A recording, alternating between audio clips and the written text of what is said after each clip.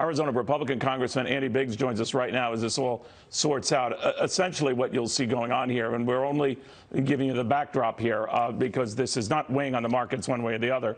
The conclusion seems, whether it's in 2 or 6 weeks or whatever, that the president will not be impeached, but that it could be a little bit of a drama in the interim.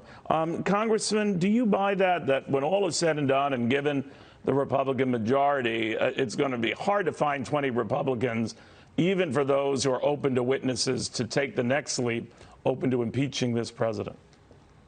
Yeah, I do think it's really difficult for them to cross that bridge, because I think the public's not there behind the Democrats, and I just don't think that, and believe it or not, this is a political process, and so they're looking and they're testing what the people they represent want, and the public's not there yet, so I don't think the senators will be there either.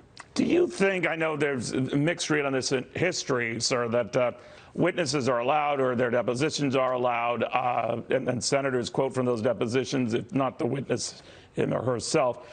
We're a long way from that, but if Republicans were open to hearing from some witnesses, if you had your choice, we already know what who the Democrats want, John Bolton or Mick Mulvaney, even Lev Parnas, this former Giuliani confidant, who kind of spilled the beans on the White House. Many Republicans argue about the truthfulness of his remarks. But who would you want if all of those were allowed, which is a huge leap?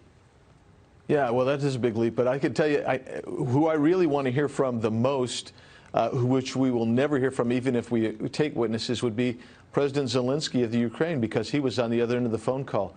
And he has publicly stated there was no pressure, there was no bribery, there was no extortion. And that really would undercut everything of the Democrats' case. And the other one, of course, Chalupa, Ms. Chalupa would be very interesting to hear, because she was a Democrat operative trying to bring the Ukrainians into the 2016 election. And if that were to come out, that's the other side of the Democrats' case.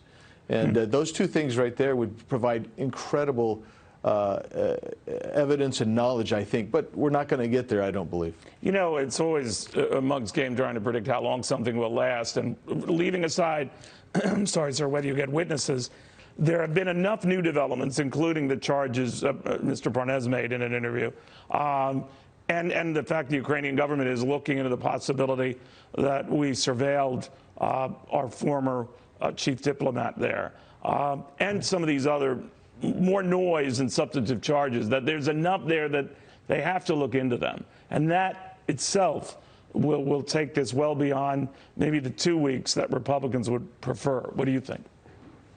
I still think you're in a 2-week period, Neil, and the reason is because what's before the Senate now is actually the body of work, no matter how deficient I think it is, but the body of work that the House brought forward.